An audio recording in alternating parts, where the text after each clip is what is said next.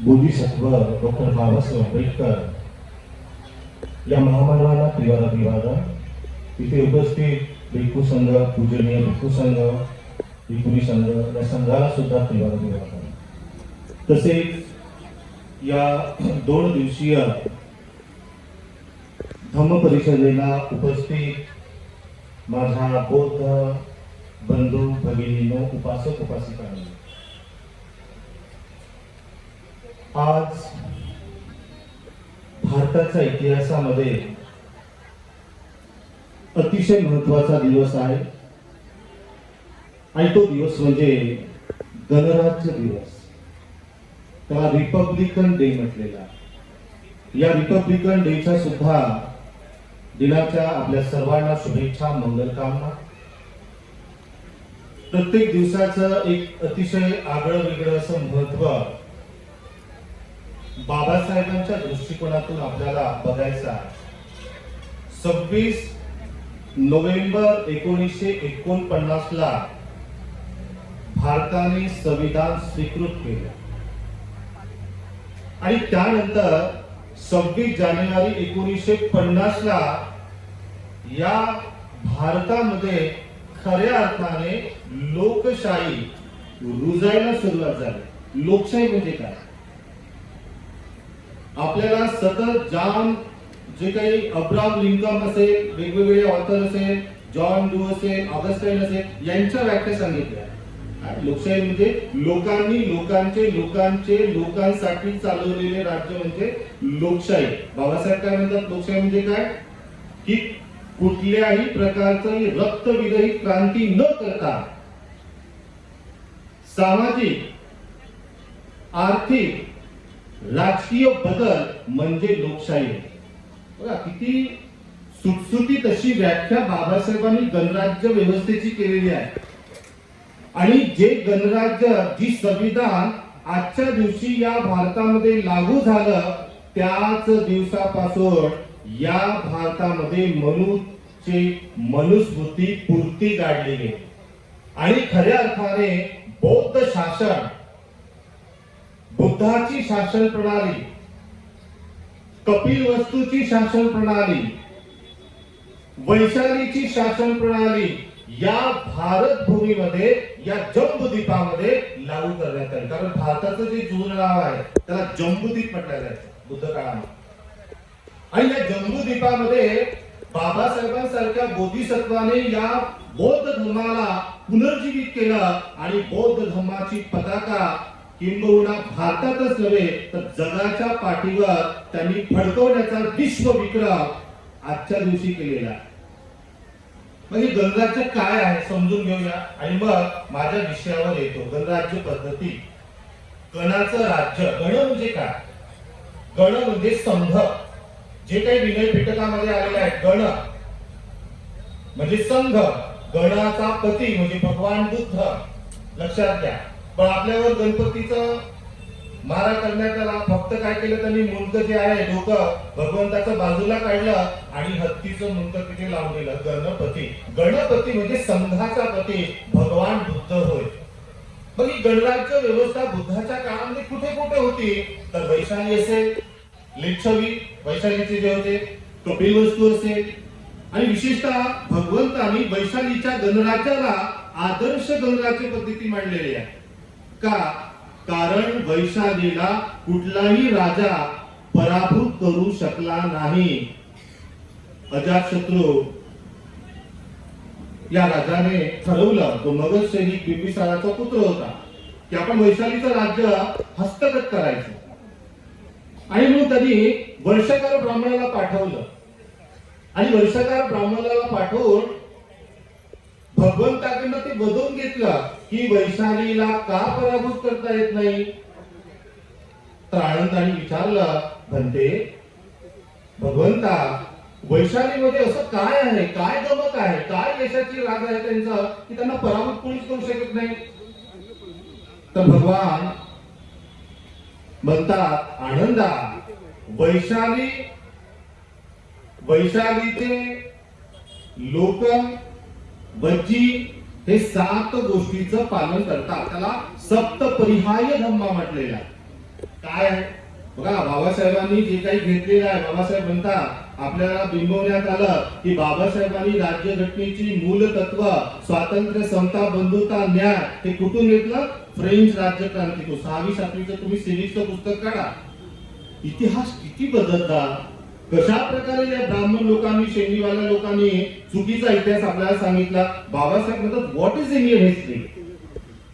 It is nothing but mortal conflict between Buddhism and Brahmanism.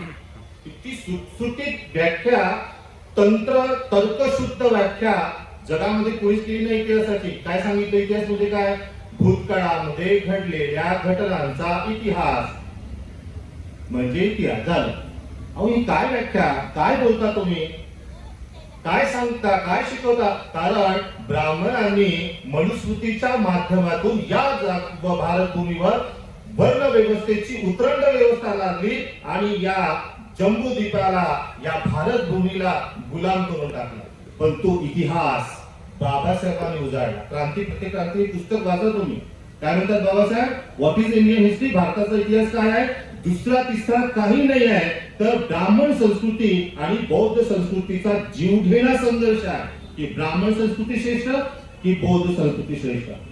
आणि म्हणून बुद्धाच्या काळामध्ये जे वज्जी लोक सप्तप्रहारी धर्माचा 7 गोष्टीचं जे पालन करत होते, तीच कल्याणकारी राज्याची व्यवस्था, वेलफेअर ऑफ स्टेट, हे तुमच्या भारतीय संविधानामध्ये बाबासाहेबांनी टाकलेली आहे. जे काही तुमचं प्रियम्बल आहे, we the people of India, फार महत्वाचं आहे. आम्ही आजपासून ही व्यवस्था स्वीकारत आहोत. स्वातंत्र्य, समता, बंधुता, न्याय, व्यक्ती स्वातंत्र्य जे आमच्यासाठी आवश्यक आहे ते कुठून घेतलं? तर गणराज्याची पद्धती होती वैशालीची, तिथून. मग वैशालीची लोक जे बच्ची होते ते कुठल्या धर्माचं पालन करायचे? तर भगवान सांगतात आनंदा, हे जी वैशालीची जी बच्ची आहेत ना, हे 7 गोष्टीचं पालन करतात. ते एकत्र येतात, जसे तुम्ही आज एकत्र आलेले आहे, एकत्र जमतात, एकत्र उठतात, एकत्र चिंतन मनन करतात. हे त्यांच्या युनिटीचं पहिलं गमक आहे. जी आज हे सगळ्या गोष्टी तुमच्या त्या RSS नी घेतलेल्या आहेत. ते बरोबर एकत्र येतात रविवारला आणि बरोबर त्या ऋषीबागला एकत्र येऊन ते ट्रेनिंग करतात. ही ट्रेनिंगची व्यवस्था तुमच्या समता सैनिक दलामधून त्यांनी घेतलेली आहे. ते दानपत्त्या चालवतात. बघा किती तुम्ही चोरणार आमच्या गोष्टी. आणि हा इतिहास माहीत असणं फार गरजेचं आहे, लक्षात घ्या. तर इतिहासाची पुनरावृत्ती जर करायची असेल तर इतिहास वाचावा लागेल. आणि म्हणून बाबासाहेबांनी हा इतिहास तुमच्या सोबत, जगासोबत क्रांती प्रतिक्रांतीच्या माध्यमातून मांडलेला आहे. आणि म्हणून त्याच्यावर थोडा प्रकाश टाकणं तितकंच महत्वाचं आहे. तर भगवंतांनी सांगितलं आनंदा, त्यांच्यामध्ये असं संघटन आहे की ते एकत्र येतात, एकत्र जमतात, एकत्र विचार करतात आणि एकत्र उठतात. म्हणून त्यांना पराभूत कोणी करू शकत नाही. आपलं आहे का तसं? ज्या RPI ची स्थापना बाबासाहेबांनी एक पक्ष म्हणून केली होती. बाबासाहेबांनी 55चं भाषण तुम्ही ऐका, त्यांचं परिनिर्वाण व्हायच्या अगोदर, की या भारतामध्ये माझाच पक्ष हा विरोधी पक्ष बनेल. 1957ला जेव्हा इलेक्शन झालं तर RPI हा प्रमुख विरोधी पक्ष होता. आणि आमच्या नेत्यांनी काय केलं? 76 भागामध्ये त्याची विभागणी करून टाकली. गवई गट, ऐक नाही, कुंभारे गट, कवाळे गट, अमका गट, तमका गट. आता तर पक्ष, आम्हालाही प्रश्न पडला कोणत्या शिवसेनेमध्ये जायचं, शिंद्याच्या की ठाकरेच्या? किती कठीण प्रश्न आहे. की बाबासाहेब स्वतः भाषणामध्ये म्हणतात की RPI, Republican Party of India, ही अमेरिकेच्या रिपब्लिकन पार्टीशी त्याची तत्व घेऊन, बुद्धाच्या धम्मातील तत्व घेऊन त्या रिपब्लिकन पार्टीची ध्येय, धोरणे, उद्दिष्टे जशाच्या तशा बाबासाहेबांच्या व्हॅल्यूमध्ये ठेवलेले आहेत. त्याचं तुम्ही पुनर्जीवन का करत नाही? एकीकडे बाबासाहेबांचे गोडवे गायचे, एकीकडे आमच्या समाजाला इमोशनल करायचं आणि आपल्या मुलासाठी, आपल्या पार्टीसाठी काय करायचं? दुसऱ्या पक्षामध्ये जायचं, आपल्या स्वाभिमान विकायचा आणि काय करायचं? बाबासाहेबांनी दिलेला जो भारत आहे, बाबासाहेबांनी दिलेला जो धम्म आहे, त्याची धुळदाण करायचं. आणि बाबासाहेब म्हणतात की विरोधी पक्ष हा एकच असणार आहे, पण त्याची धुळदाण केली. हा कठीण प्रश्न आहे. आणि म्हणून जे लोक एकत्र राहणारच नाही, वेगवेगळे पक्ष काढणार, त्यांच्यामध्ये गटतट राहणार. आज तुमचा लीडर कुठे आहे? बाबासाहेब म्हणतात की महापुरुष हा समाजातून निर्माण होत असतो. गांधी रांडे जीना हे पुस्तक वाचा. काय म्हणतात बाबासाहेब? Great man. त्याच्यामध्ये जोसेफ मॅझिनीचं मत आलेलं आहे. मॅझिनी जो इटलीचा फार मोठा तत्वज्ञानी होता, तो म्हणतो great man are mortal and their ideas are also mortal. पण बाबासाहेबांनी सुद्धा त्या मॅझिनीचं मत खोडून काढलं. बाबासाहेब काय म्हणतात? Great man are not mortal, their ideas are not mortal, they are dead. How they are dead? कसं ते मरतात? कारण त्यांचे जे उपासक आहेत, त्यांचे जे अनुयायी आहेत, जर त्यांच्या विचारांना जर सर्वसामान्य लोकांपर्यंत पोहोचवणार नाही, ते त्याचं फॉलो करणार नाही, त्याचं आचरण करणार नाही, तर महापुरुष सुद्धा संपतात. तुम्हाला बरं वाटेल का बाबासाहेबांना संपवताना? त्यांच्या विचाराला, त्यांचे विचार संपले म्हणजे संपले. मूर्त्यामध्ये विचार नाही बाबासाहेब म्हणतात, माझ्या पुस्तकामध्ये आहे. आणि बाबासाहेबांचे 21 खंड हे तुमच्या घरी असले पाहिजे, तो खजाना आहे, लक्षात घ्या. आणि त्याच पुस्तकामध्ये बाबासाहेब म्हणतात की महापुरुष हा समाजाचा घटक असतो आणि परिस्थितीनुसार समाज त्याला घडवत असतो. आणि म्हणून बाबासाहेबांनी ते उद्धृत केलेलं आहे. आणि भगवंतांनी सुद्धा सांगितलं की जो समाज एकत्र नाही, एकत्र जमत नाही, त्यांच्यामध्ये गटतट आहे, तर त्यांचा कोणी प्रतिनिधित्व नाही आणि ते पराभूत होतात. आणि म्हणून बघा 57 नंतर आपण सतत सातत्याने पराभूत होतात. हे चिंतन होणं फार गरजेचं आहे. त्यानंतर भगवंत म्हणतात आनंदा ते आपल्या आईवडिलांची, ज्येष्ठांची, श्रेष्ठांची काय करतात? रिस्पेक्ट करतात. आपण करतो का? महत्वाचा प्रश्न आहे. आपल्या गुरूंची आपण करतो का? फार वाईट वाटतं. एक घटना तुमच्या या 4-5 दिवसामध्ये घडली का भंतेनी चिवर काढणं आणि ते समाजाला त्रासून. ठीक आहे ना, म्हणजे आपल्या धर्मगुरूला एक भिक्खू बनत नाही आणि भिक्खू बनलाय तरी त्याला जगवणं, वाढवणं हे तुमच्या हातात आहे, लक्षात घ्या. भिक्खू सुद्धा समाजाचा घटक आहे, जशी तुम्ही घटक आहात. आणि त्या भिक्खूला ऍक्च्युली इथे बिहार संस्कृती रुजलीच नाही. बिहार निर्माण केलं की ते बिहार हे पैसा कमवण्याचे अड्डे, राजकीय अड्डे, आहे की नाही, गुन्हेगारीचे अड्डे होत आहेत. बुद्धाच्या काळामध्ये बिहार हे संस्काराचे केंद्र होते. अजूनही तुम्ही जा थायलंडमध्ये, त्याला वॅक्ट संस्कृती म्हटलेली आहे. आणि त्या बिहारात जाऊन दर रविवारला ते लोक एकत्र येतात आणि आपल्या मुलांना संस्कारित करतात. ही आहे संस्कृती. आणि ज्या समाजामध्ये असं घडतच नसेल तर तो समाज पराभूत होतो. त्यानंतर ते जे बच्ची होते, ते जे त्यांचे जे निर्णय चालायचे ते लोकशाही पद्धतीने चालायचे आणि म्हणून ते पराभूत होऊ शकले नाही. त्यानंतर ते बच्ची आपल्या संपत्तीतून काही हिस्सा स्तूपासाठी, धर्म, त्या तिथे जे काही विहार असतील त्या विहारासाठी ते दान कर्म करायचे, त्यामुळे ते पराभूत होऊ शकले नाही. आणि शेवटी सर्वात महत्वाचं ते म्हणजे त्यांनी त्या जे लोक श्रमण यायचे, बौद्ध धर्मगुरू यायचे, त्यांचाही ते सन्मान करायचे. आणि मग या 7 गोष्टीमुळे बज्जी लोक पराभूत होऊ शकले नाही. हे बज्जीचे 7 गुण जर आपल्या समाजाने जर आचरणात आणले तर तुम्हा आम्हाला कोणी, मग काँग्रेस असू द्या, शिवसेना असू द्या, बीजेपी असू द्या, कोणी पराभूत करू शकत नाही. आणि मग आता बाबासाहेबांच्या ज्या काही संस्था आहेत, RPI असेल, समता सैनिक दल असेल, बुद्धिस्ट सोसायटी ऑफ इंडिया असेल, त्याचं पुनर्जीवन होणं फार गरजेचं आहे. कारण बाबासाहेबांना बुद्धकालीन गणराज्य व्यवस्था पाहिजे होती. आणि बुद्धकालीन गणराज्य व्यवस्था म्हणजे सांसदीय लोकशाही पद्धती. आणि सांसदीय लोकशाही पद्धती म्हणजे स्वातंत्र्य, समता, बंधुता, न्याय, लोकांचं राज्य, वेलफेअर ऑफ स्टेट. आणि बाबासाहेबांनी त्या घटनेमध्ये जे काही संविधानामध्ये 12वं कलम दिलेलं आहे, or the custom and tradition before 1915 these are eliminated. Babasaheb म्हणतात एका फटक्यामध्ये मनुचे कायदे, धर्माचे कायदे, ट्रॅडिशनचे कायदे बाबासाहेबांनी रद्द करून टाकले. तो दिवस म्हणजे गणराज्य दिवस होईल, लक्षात घ्या.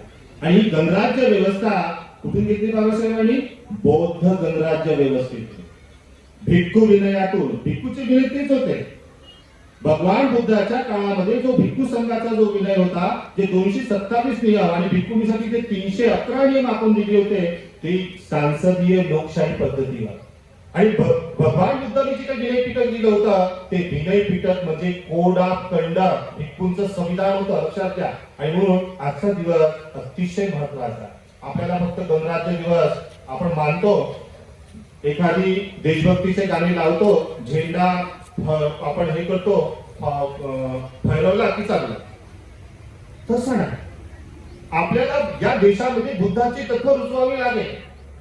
या देशामध्ये बुद्धाला बाबासाहेबांनी ज्या प्रकारे पुनर्जीवित केलं ते तत्वज्ञान आचरणात आणावं लागेल. आणि आजचा माझा जो विषय आहे तो आहे बौद्ध धम्म, डॉक्टर बाबासाहेब आंबेडकरांचे धर्मांतरण आणि त्याची वर्तमान काळामध्ये प्रासंगिकता.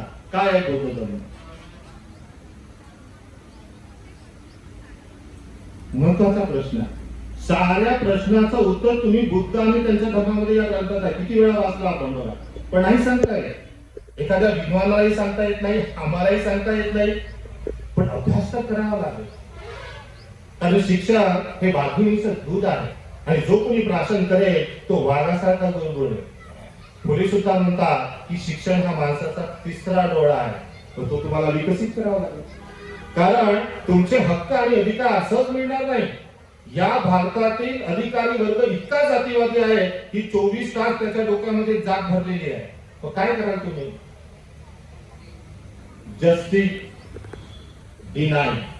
when justice denied, your fundamental rights denied.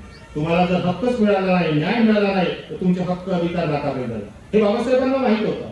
आणि बाबासाहेब म्हणतात तर या गोष्टीवर एकच उत्तर आहे, ते म्हणजे बौद्ध धर्म आणि भारतीय संविधान. आता येणारी जी निवडणूक आहे तुमच्यासाठी, आपल्यासाठी अतिशय महत्वाची आहे. तुम्हाला संविधान हवं आहे, बाबासाहेब हवे आहे, त्याची दुसरी विचारसरणी हवी आहे, हे तुमच्यावर सोडतो. आणि दोन, बाबासाहेबांनी जो दिलेला बौद्ध धर्म आहे तो काय आहे हे समजून घेतलं का आपण? तर बौद्ध धर्माची साधी व्याख्या बाबासाहेबांनी केली. प्रज्ञा आणि करुणा यांचा अनुपम संगम म्हणजे बौद्ध धर्म होय. बाबासाहेबांनी काय म्हटलं? प्रज्ञा आणि करुणा. बाबासाहेबांनी प्रज्ञेला महत्वाचं स्थान दिलंय. काय आहे प्रज्ञा? त्याला आपण विजडम म्हणूया, त्याला सुज्ञपणा म्हणूया, त्याला शहाणपणा म्हणूया.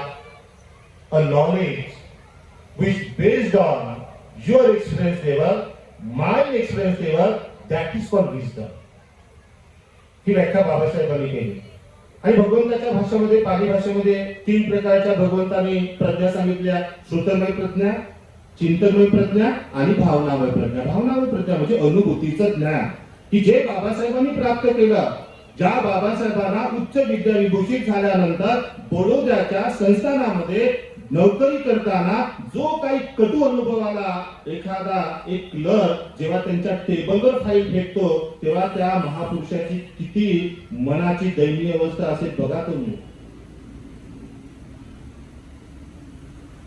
त्यांना घर सुद्धा मिळत नव्हतं. एका पारशाच्या घरी लपून राहावं लागलं, जात बदलून. आणि मग नामदेवराव साहेब म्हणतात जे जात नाही ती जात आहे की नाही, जी मरणानंतरही जात नाही. लोक विचारतात कोणत्या जातीचा होता. आणि म्हणून या जातीला जर संपवायचं असेल तर बौद्ध धर्म हा महत्वाचा धर्म आहे. म्हणून बाबासाहेब म्हणतात मी धर्मांतर का केलं? कारण मला या वर्ण व्यवस्थेला संपवायचं होतं, माझ्या समाजाला संघटित करायचं होतं. जर तुम्हाला स्वातंत्र्य हवे असेल तर तुम्हाला धर्मांतर करावेच लागेल. जर तुम्हाला समता हवी असेल तर तुम्हाला धर्मांतर करावंच लागेल. अहो मुंग्यांना किड्यांना साखर टाकतात, दूध ओततात त्या पिंडीवर, पण जे माणसासारखे जे जीव आहे त्यांना पाणी पिण्यासाठी सुद्धा वंचित राहावं लागतं. म्हणून बाबासाहेबांनी 14 तळ्याचा सत्याग्रह केला. बाबासाहेब काय म्हणतात? हा 14 तळ्याचा सत्याग्रह नाही आहे, हा धर्मसंग्रह आहे. आणि यानंतर जर तुम्ही याद राखा, जर तुम्ही आम्हाला आमचे अधिकार दिले नाही तर ते आम्ही हिसकावून घेऊ. कारण मागितल्याने भीक मिळते हे बाबासाहेबांना माहित होतं. आणि हक्क आणि अधिकार मिळवायचे असेल तर संघर्ष करावा लागतो. तर बाबासाहेबांनी संघर्ष कुठला केला? संविधानिक मार्गाने. हे लक्षात ठेवायचं, लीगल वे. आणि जर तुम्ही संविधानिक मार्गाने जर लढला तर सुप्रीम कोर्ट सुद्धा तुमच्या पाठीशी राहील. पण आता शासकीय संस्था सुद्धा धोक्यात आलेल्या, हुकुमशाही निर्माण होत आहे. That is called fascism. जसा हिटलर करायचा जर्मनीमध्ये, हसायचा, रडायचा, त्या मोराला दाणे टाकायचा, तसेच या देशामध्ये प्रकार होत आहे, म्हणून आपल्याला सांभाळून राहावं लागेल. आणि म्हणून जिथे फॅसिझम आला तिथे लोकशाही संपली, स्वातंत्र्य समता बंधुता तुमचे मूलभूत अधिकार संपले, तिथे संविधान सुद्धा संपलं, लक्षात ठेवायचं. आणि बाबासाहेब म्हणतात जर तुम्हाला या वर्ण व्यवस्थेतून मुक्तता पाहिजे असेल तर तुम्हाला धर्मांतर करावं लागेल. बाबासाहेब म्हणतात धर्मांतराचे 2 उद्देश आहे माझे. 1936 ला मुंबई येथे बरडी ठिकाणी बाबासाहेबांचं भाषण आहे, मुक्ती कोण पथे. त्या भाषणामध्ये बाबासाहेब म्हणतात की माझ्या धर्मांतराचा शुद्ध हेतू 2 गोष्टीवर आधारित आहे. आणि पहिला हेतू म्हणजे भौतिक प्रगती. बघा, ज्या ज्या लोकांनी बौद्ध धर्माचा स्वीकार केलेला आहे, न भूतो न भविष्यतेची प्रगती तुम्ही साध्य केली आहे. सगळ्यात अगोदर तुम्ही शिकला, तुमची प्रज्ञा विकसित झाली, आज तुम्ही सन्मानाचं जीवन जगत आहात. तुम्हाला आज नोकऱ्या मिळालेल्या आहे. आर्टिकल 16(4)D ही राज्याची ही जबाबदारी आहे म्हणतात बाबासाहेब. आर्टिकल 16(4)D मुळे आज तुम्हाला नोकऱ्या मिळाल्या. म्हणजे बाबासाहेबांनी प्रज्ञेला किती महत्वाचं स्थान दिलेलं आहे. तीच प्रज्ञा बाबासाहेबांनी तुमच्या 22व्या प्रतिज्ञेमध्ये 18व्या भागामध्ये समाविष्ट केलेली आहे. प्रज्ञाशील करुणा या 3 बौद्ध तत्वांची सांगड घालून मी माझं जीवन चालवण्याचा प्रयत्न करेन. आपण केला पाहिजे. I will lead my life to incorporate 3 principle of Buddhism, wisdom, morality and kindness. ही प्रज्ञा. आणि जर ही प्रज्ञाच नसेल तुमच्याकडे, आपण गुलाम, त्याच्यामुळेच गुलाम झालो ना. त्याच्याचमुळे आपल्याला वर्णव्यवस्था लादण्यात आली, अस्पृश्यता लादण्यात आली, अनटचेबल सोडण्यात आलं. आणि मग बाबासाहेबांनी तो धर्मसंघ केला. मग तो महाडचा 14 आठवड्याचा सत्याग्रह असेल, परभणीचा सत्याग्रह असेल, कुठलाही सत्याग्रह असेल किंवा मनुस्मृतीचं जाहीर दळण असेल. कारण म्हणून मनुस्मृतीच्या माध्यमातून जो काळा कायदा इसवी सन 185 मध्ये निर्माण केला होता सुमती भार्गव नावाच्या ब्राह्मणाने, हे सगळे काळे कायदे आफ्टर बुद्ध आहे, लक्षात घ्या. रामायण सुद्धा 1971चा सुप्रीम कोर्टचा निर्णय आहे की रामायण हे काल्पनिक कथा आहे. बाबासाहेब सुद्धा म्हणतात वेद हे प्रमादित आहे, it is just like desert. पण आज ज्या भारताला अन्न पाहिजे आहे, नोकरी पाहिजे आहे, शिक्षण पाहिजे आहे, आज लोक गरिबीच्या खाली आलेले आहे, त्या देशामध्ये तुमच्या घरातल्या टीव्ही त्या बागेश्वर सरकारला दाखवतात. तुमच्या घरातला टीव्ही पहिलं बंद करा. टीव्ही म्हणजे RSS चा हस्तक आहे. आणि तुमच्या मुलांना वाचायला शिकवा. वाचाल तर वाचा. त्या टीव्हीच्या माध्यमातून तुमच्यावर अनेक देवी देवतांचे कर्मकांड आपल्या महिलांवर, भगिनीवर लादले जातात की बाबा 21 सोमवार कर, 7 सोमवार कर, अंक कर, तंक कर. हे व्यक्ती स्वातंत्र्य नाही.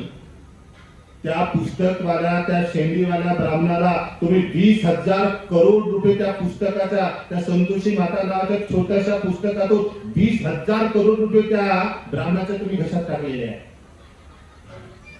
हे समजून घेतलं पाहिजे, फार महत्वाचं आहे. आणि बाबासाहेब म्हणतात की प्रज्ञा आणि करुणा. आणि प्रज्ञा म्हणजे अनुभूतीचं ज्ञान जे बाबासाहेबांनी मिळवलं, जे बुद्धांनी मिळवलं. बुद्धांनी सांगितलं की या जगामध्ये दुःख आहे, देयर इज अ कॉज. आणि त्या दुःखाचं कारण काय आहे? तृष्णा, तन्हा, पच्चया, उपादान. मग काय सांगितलं बुद्धांनी? त्याचा निरोध करा. बुद्धांनी ते सांगितलं, बाबासाहेबांनी तेच सांगितलं की तुमच्या जीवनामध्ये दुःख काय? कारण तुम्ही अशिक्षित आहात, तुम्ही हिंदू धर्मामध्ये आहात, तुम्ही वर्ण व्यवस्थेमध्ये आहात, तुम्ही जातीच्या उतरंडीमध्ये आहात. आणि जातीच्या उतरंडीमध्ये अस्पृश्य हा शेवटच्या तळाला. ब्राह्मण, क्षत्रिय, वैश्य, शूद्र, त्याच्या खाली अस्पृश्य आणि त्याच्या खाली स्त्रिया, अशा प्रकारची जातीय उतरंड जर तुम्हाला तोडायची असेल तर बौद्ध धर्मामध्ये धर्मांतर करणं फार गरजेचं आहे. त्याच्यावरही अनेक महापुरुष ओळखले, त्याच्यावर टीका केल्या. म्हणे की बाबासाहेबांचं धर्मांतरण नाही आहे, ते स्वधर्मामध्ये आगमन आहे, असं एका व्यक्तीने म्हटलं होतं. बाबासाहेब म्हणतात हे धर्मांतरण आहे. कारण आम्ही हिंदू नाही. We are not Hindu. We are deprived people. So how can we say we are Hindu? We have no land. We have no any fundamental right. How can we say Hindu? Babasaheb round table conference मध्ये गरज 1932 ला गांधी सोबत म्हणाले, mister Gandhi, I am not Hindu. We are deprived people. So we should get our fundamental right. त्या माउंट बॅटनला सुद्धा घाम फोडला आणि सांगितलं की आमचे स्वतंत्र इंडिपेंडेंट सेटलमेंट द्या. आमचे घर वेगळे पाहिजे. आम्हाला आरक्षणाचा अधिकार पाहिजे. हे बाबासाहेबांनी मिळवलं. संघर्ष केला. कशाच्या आधारे? प्रज्ञेच्या आधारे. प्रज्ञा किती काम करू शकते? प्रज्ञा ही फलवती बलवती असते. छेदेती भेदेती इति पय्या बुद्ध म्हणतात. जी छेदन करतं, भेदन करतं, तुम्हाला जागृत करतं. भगवंतांनी तेच सांगितलं ना की जिथे तृष्णा उत्पन्न झालेली आहे, हे जे दुःखाचं कारण आहे, त्याला शोधा. याय तन्हाय अस्येस विराट निरोधो चागो पटिनिसग्गो मुक्ती अनालय. बुद्ध म्हणतात की जिथे ही तृष्णा म्हणजे दुःख, हे दुःख जिथे उत्पन्न झालेलं आहे, त्या दुःखाचं कारण शोधा आणि त्याचा निमूळ, त्याच्या मुळासहित त्याचं निर्मूलन करा. तर तुम्ही त्या जाचातून, त्या कर्मकांडातून तुम्ही मुक्त होऊ शकता. आणि त्यानंतर बाबासाहेब म्हणतात की माझ्या या धर्मांतराचा मुख्य उद्देश आहे तो दोन, म्हणजे एक म्हणजे माझ्या समाजाची भौतिक प्रगती करणे. तर आपण 1956 ला बौद्ध झालो. मग बौद्ध झालो म्हणजे काय? बुद्धिवादी झालो. लक्षात घ्या, भगवंतानी असा कुठलाच धर्म स्थापित केला नाही. हे लक्षात ठेवायचं. भगवंताची विचारसरणी, भगवंताची जी ही चळवळ होती, ही मानवतावादी चळवळ होती. ही तुमच्यासाठीची चळवळ होती. आणि ही चळवळ म्हणजे बौद्ध धर्म, की माणसाला त्याचे मूलभूत अधिकार जे निसर्गाने दिलेले आहेत. आपण सांगितलं की बाबा हा ब्राह्मण आहे, झाडाला म्हटलं याला जास्त ऑक्सिजन देईल का?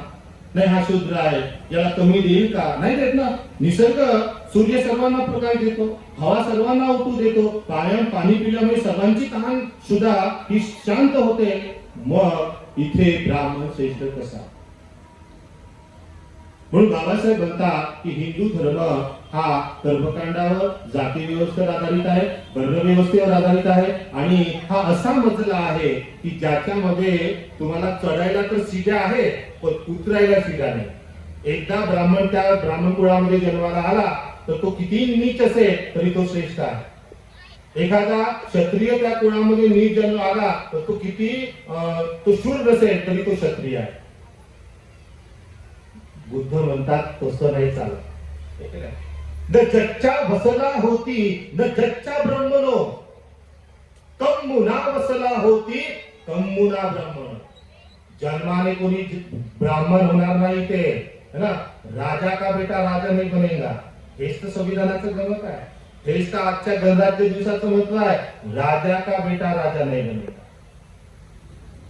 सर्व ज्याच्यात पात्रता आहे, ज्याच्यात ॲबिलिटी आहे, तोच राजा होईल. हेच तर तुम्हाला संविधानाने अधिकार दिला. लक्षात घ्या, फार महत्वाचा आहे. आणि त्याच्यासाठी तुम्हाला धर्मांतर करावं लागेल. बाबासाहेब म्हणतात, आणि मग माझ्या धर्मांतराचा महत्वाचा उद्देश बाबासाहेब म्हणतात, मी बौद्ध धर्म का स्वीकारला? कारण माझ्या समाजाची भौतिक प्रगती करायची होती. ज्या मंदिरामध्ये कुत्रे प्रवेश करतात त्या मंदिरामध्ये आम्ही कशाला जाऊ? म्हणून बाबासाहेब म्हणायचे, रमाई माता त्यागमूर्ती आजारी पडल्यानंतर त्यांनी इच्छा व्यक्त केली मनीषा बाबासाहेबांसोबत की साहेब आपण त्या पंढरपूरच्या मंदिरात जाऊ का? बाबासाहेब म्हणाले, रामू कशाला त्या पंढरीकडे जायचं? आपण विठ्ठलाकडे कशाला त्याला साखळे घालायचं? तो तर आपल्याला येऊ देत नाही, त्याला आपल्या सावलीचा बिघाड होतो, मग कशाला जायचं? बाबासाहेब म्हणतात, रामो मी असा पंढरपूर निर्माण करेन की ज्या पंढरपुरामध्ये सर्व समाजाचे, जातीचे, पंथाचे लोक प्रवेश करतील आणि तो पंढरपूर म्हणजे तुमची दीक्षाभूमी. बाबासाहेबांचे व्ह्यूज, बाबासाहेबांचे विचार किती आधुनिक आहे, किती सायंटिफिक आहे, किती तंत्रशुद्ध आहे. पण तरी सुद्धा आमच्यातले काही लोक चालले बाबाकडे, शेगाववाले बाबा, गिरडवाले बाबा, तेही देव कमी पडले, मुसलमानाच्या देवाकडे चालले. अल्लाहू अकबर. एक नाही, गमतीची कहाणी मला म्हणाले, आई माली बाप तेली आणि पोरगा सय्यद अली. मी हसलो. ते सत्य आहे म्हटलं भंतीजीच्या समाजाला. आपल्याला सय्यद अली नाही म्हणायचं, आपल्याला बुद्धाचे डिवाउट फॉलोअर बनायचे, कट्टर नाही. एक आई मला मग फोन आला, भंतीजी 12 वाजले ना जेवणाला. म्हणलं हो. मग आता जेवायचं का नाही. नागपूरची घटना. तुमचा मुलगा जर भिक्खू असता तर तुम्ही काय म्हटलं असतं, जेव. तसेच बुद्धाचे नियम हे मध्यम मार्गाचे आहे, मिडल पाथ. बुद्धाच्या काळामध्ये घडी नव्हती. जर सकाळी भंतेला नाश्ताच मिळाला नसेल, आजारी असते, तर त्यांना एकदा तर भोजन पाहिजे ना. ही बुद्धाची परंपरा. लक्षात घ्या.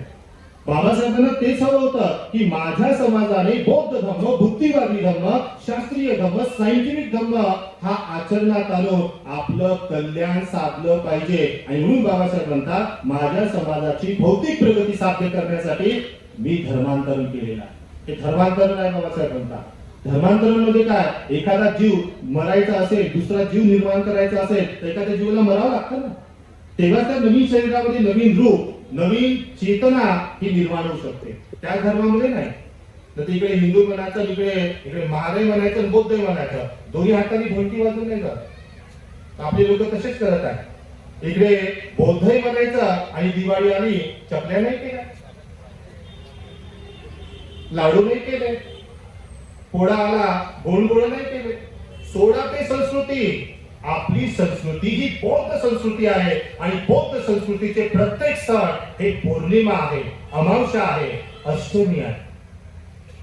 म्हणजे आपली भौतिक प्रगती झाली, आपली आध्यात्मिक प्रगती झाली का. आणि बाबासाहेब म्हणतात दुसरा अतिशय महत्वाचा विषय होता धर्मांतर करण्याचा, तो म्हणजे आध्यात्मिक प्रगती. आध्यात्मिक प्रगती कशी करायची. दररोज विहारात जायचं, वंदना करायची. हे बौद्ध तत्वज्ञानाचं वैशिष्ट्य नाही आहे. बुद्धाच्या शिकवणीचे 4 गुण आहेत, 4 वैशिष्ट्य आहेत. कोणते.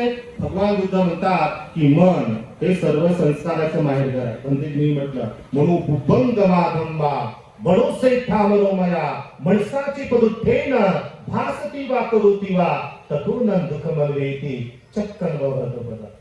की मन हे सर्व संस्काराचं माहेरघर आहे.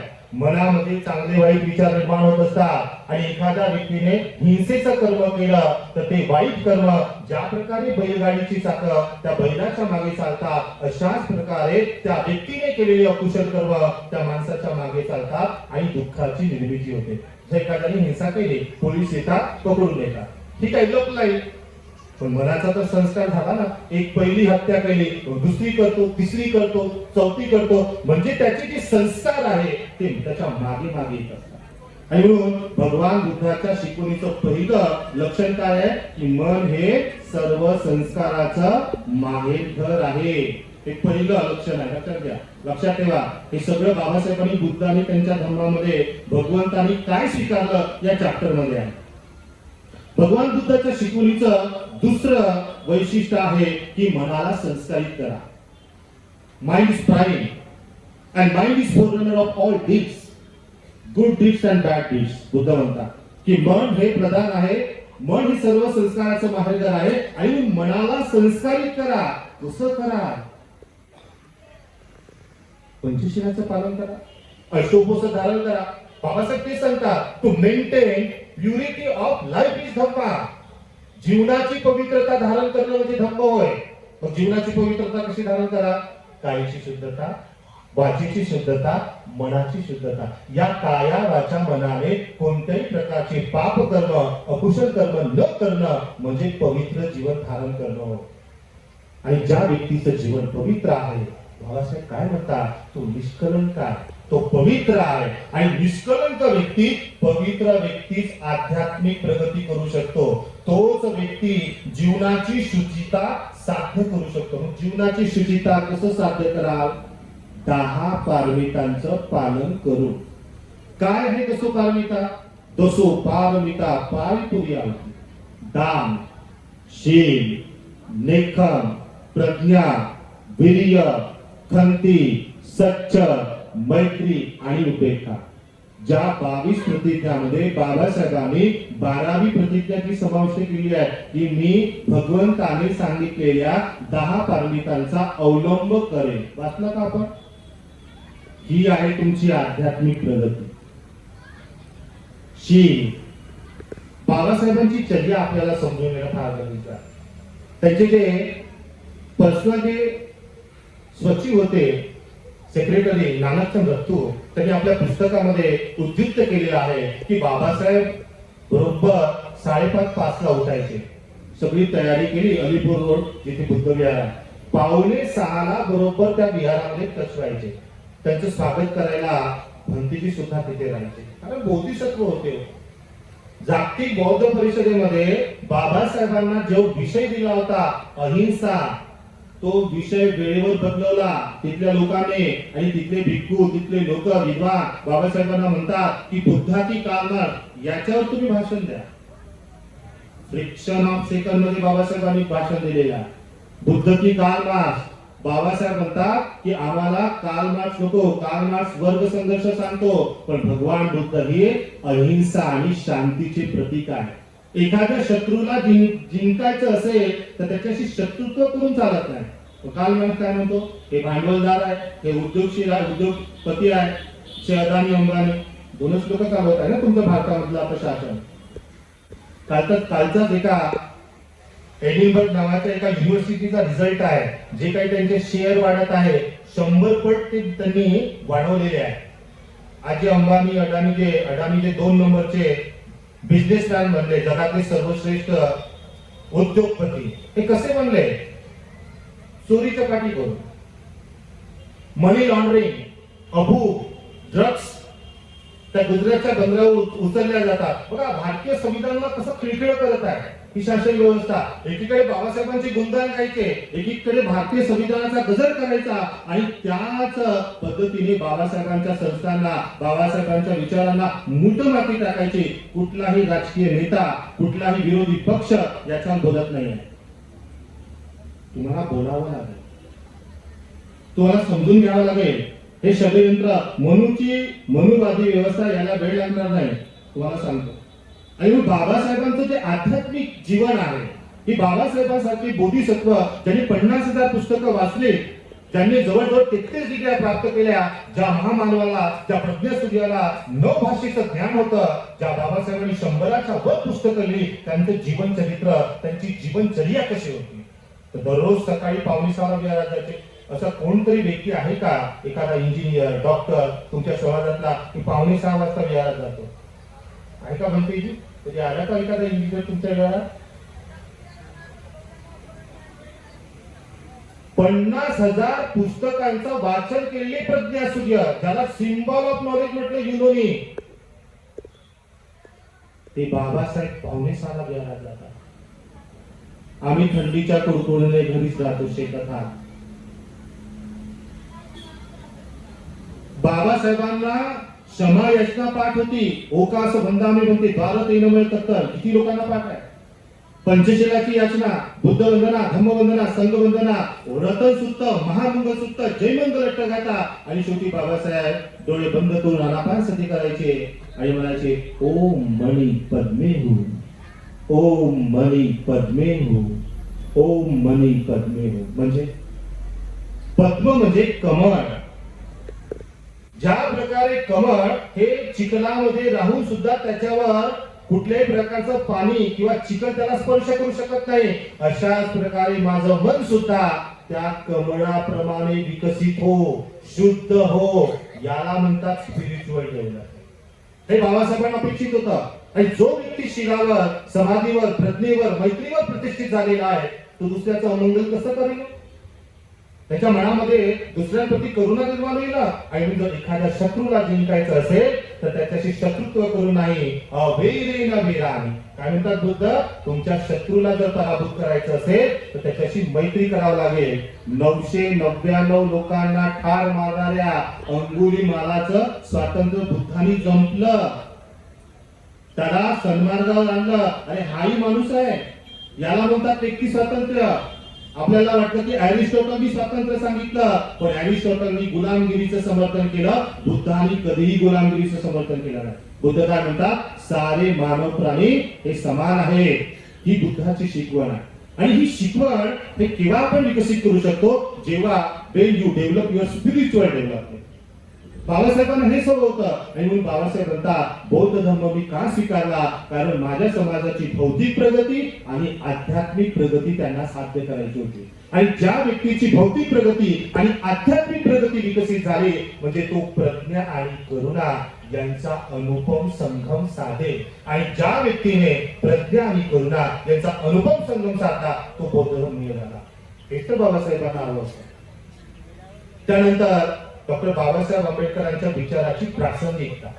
एवढं बोलतो आणि संपवतो.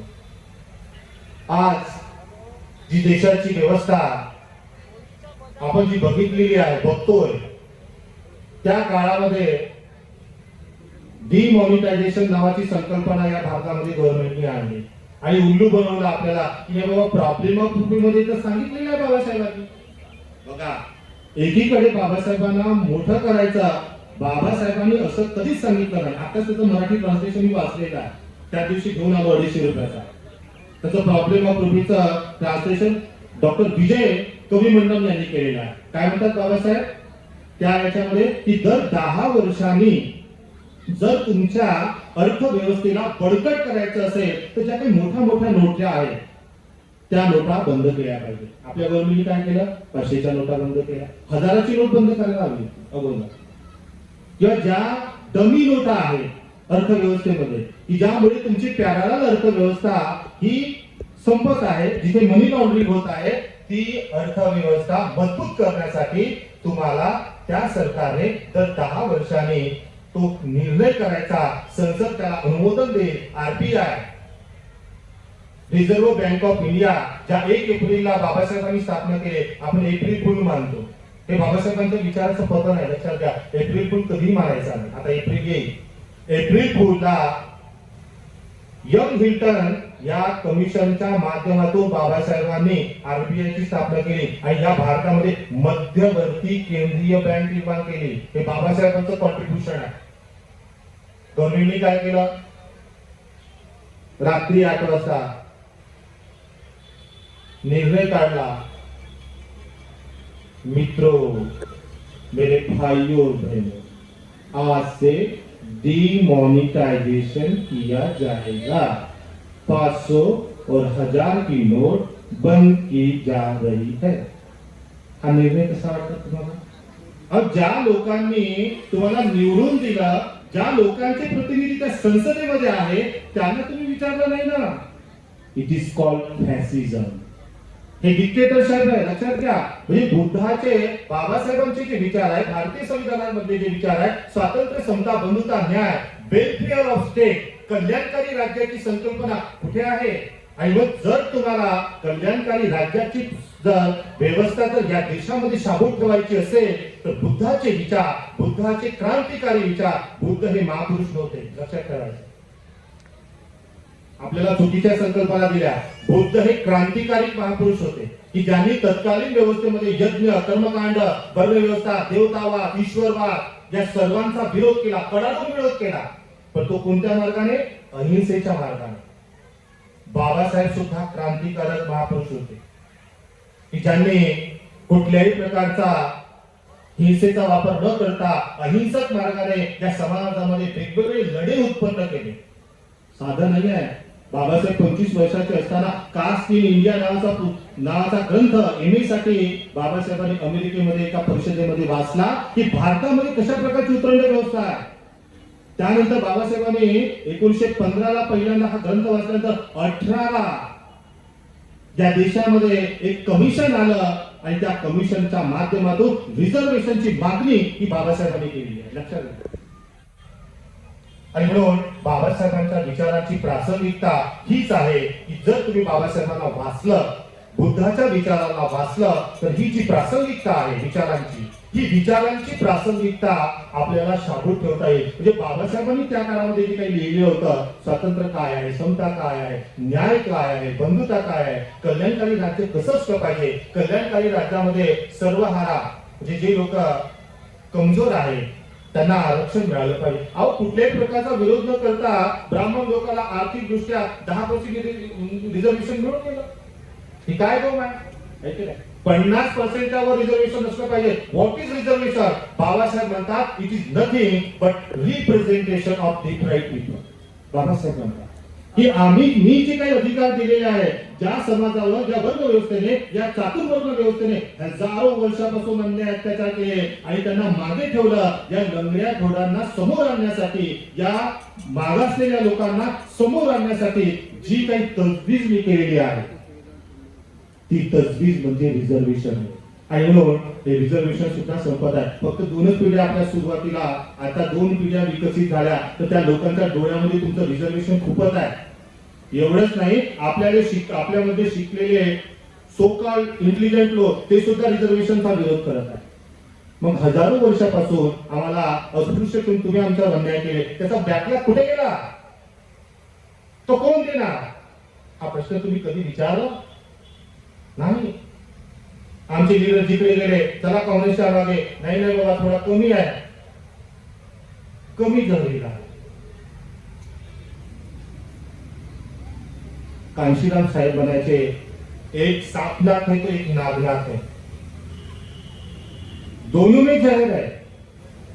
आपको ठहराना है सांप के साथ जाना है कि नागनाथ के साथ जाना है, या खुद को आपका अस्तित्व बनाना है. आणि बाबासाहेबांनी संविधानाच्या माध्यमातून जे काही तुम्हाला अधिकार दिले, जे काही मतदानाचा अधिकार दिला, तो मतदानाचा अधिकार विवेक बुद्धीने वापरा. 500 रुपये देते म्हणून नाही. आणि म्हणून बाबासाहेबांच्या लोकशाहीला जिवंत ठेवण्यासाठी बुद्धाचे विचार, बुद्धाचं आचरण अतिशय महत्वाचं आहे. तर बौद्ध शिकवणीच्या आपण 4 गोष्टी पाहत होतो. एक म्हणजे मन हे सर्व संस्काराचं बाहेरघर आहे. 2 बाबासाहेब म्हणतात की मनाला संस्कारित केलं पाहिजे. 3 पापा कृत्याला टाळलं पाहिजे, पाप केलं नाही पाहिजे, अकुशल कर्म केलं नाही पाहिजे. आणि 5वं बाबासाहेब म्हणतात की धम्म हा धर्मग्रंथामध्ये नाही आहे, तर कशामध्ये आहे? आचरणामध्ये आहे.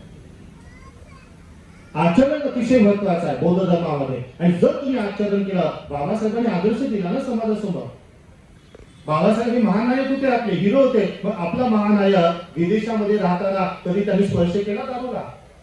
कधी ते जेव्हा दुसरं महायुद्ध सुरू होतं, पहिलं महायुद्ध, त्या पहिल्या महायुद्धामध्ये जग झगडत होतं, वादविवाद करत होतं, पण बाबासाहेब तिथे शिकत होते. लक्षात घ्या. इथले काही लोक राजकारणी नाव घेणार आहे, ते गेले होते तिथे बाबासाहेबांकडे की नाही नवरोजी वगैरे, बाबासाहेब आम्ही भारतासाठी स्वतंत्र करण्यासाठी आम्ही इंग्रजांशी लढा करत आहोत, तुम्ही या. बाबासाहेब म्हणतात की मी माझ्या समाजाचा उद्धार करण्यासाठी इथे आलेला आहे. आणि जर मी शिकलो नाही तर माझा समाज जो झोपलेला आहे तो कायमचा झोपलेला आहे. आणि मग या झोपलेल्या समाजाला जागृत करायचं असेल तर मला जागावं लागेल. आणि तेच कार्य बुद्धाने केलं, बाबासाहेबांनी केलं. आणि मग बाबासाहेब असो किंवा बुद्ध असो की राष्ट्रपिता ज्योतिराव फुले असो, जे जे महापुरुष या भारत भूमीमध्ये जन्माला आले, त्यांनी बहुजन हिताय, बहुजन सुखाय, लोकानुकंपा, लोकांसाठी, समाजाच्या विकासासाठी आपलं तनबल जीवन अर्पित केलं. आणि म्हणून एक बाबासाहेबांचा सच्चा अनुयायी म्हणून आपल्याला त्यांचे विचार हे धर्मग्रंथामध्ये न पाहता आचरणामध्ये आणले पाहिजे. ते आचरणात जर आणले तर आपलं कल्याण होईल. आणि म्हणून बाबासाहेबांसारखे ते बोधिसत्व परत परत तर येणार नाही ना, तर त्यांचे विचार आहेत. म्हणून नेहरू म्हणायचे की ते लाईव्ह आंबेडकर म्हणजे जिवंत बाबासाहेबांपेक्षा ते या जगाला सोडून गेलेले आंबेडकर जास्त डेंजरस आहे, अशी म्हणायचे.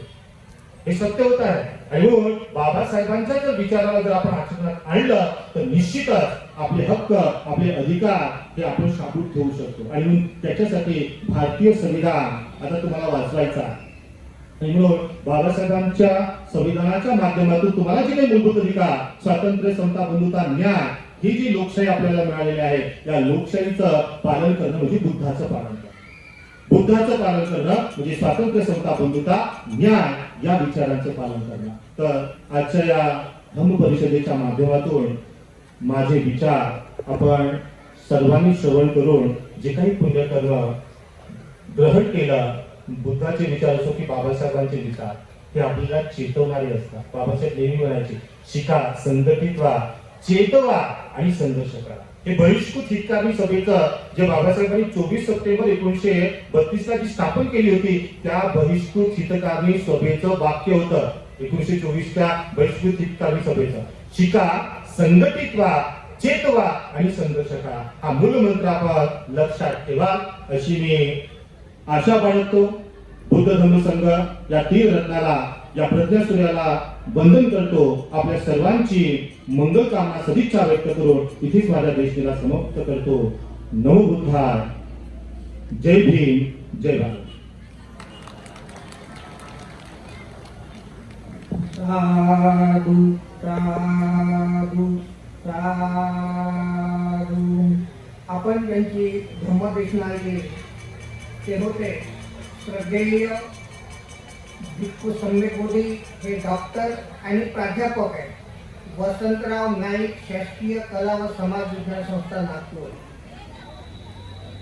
भंतीजींनी या धम्मदेशनेमध्ये आपल्याला सांगितलेलं आहे की गणराज्य म्हणजे काय, लोकशाही, स्वातंत्र्य, समता, बंधुता, न्याय, लोकांनी लोकांसाठी केलेले राज्य. परत सांगितलं त्यांनी ब्राह्मण संस्कृती आणि बुद्ध संस्कृती. हे जर समजून घ्यायचं असेल तर क्रांती प्रतिक्रांतीचा इतिहास बाबासाहेबांनी लिहिला, तो आपण वाचून घ्यावा. धम्मदेशनेमध्ये बुद्ध सांगत असताना भंतेजींनी आपल्याला बाबासाहेबांवर खूप मार्गदर्शन केलं. बाबासाहेबांचे धर्मकार्य, बाबासाहेबांचा संघर्ष हा आपल्या पुढे मांडला. धन्यवाद भंतेजी. डॉक्टर बाबासाहेब म्हणतात, माझे मन मजबूत आहे म्हणून मी शेवटपर्यंत लढेन. बाबासाहेब काय म्हणतात, माझे मन मजबूत आहे म्हणून मी शेवटपर्यंत लढेन. तुमचे मन मजबूत व्हावे व तुमचे नैतिक धैर्य वाढावे म्हणून मी तुम्हाला बुद्ध मार्ग दाखविला आहे. तुमचे मन मजबूत व्हावे, तुमचे नैतिक धैर्य वाढावे म्हणून मी तुम्हाला बुद्ध मार्ग दाखवित आहे. जो कोणी बुद्ध मार्गाचे अनुसरण करेल त्याचे मन मजबूत होईल, नैतिक धैर्य उंचावेल, प्रतिष्ठा प्राप्त होईल आणि एवढेच नाही तर समानतेचा व स्वाभिमानाचा मार्ग दाखवल्याशिवाय त्यांची मुले बाळे भविष्यात त्यांचे आभारी राहतील. अशा प्रकारे बाबासाहेबांचा हा संदेश होता. यानंतर धम्मदेशनेकरता मी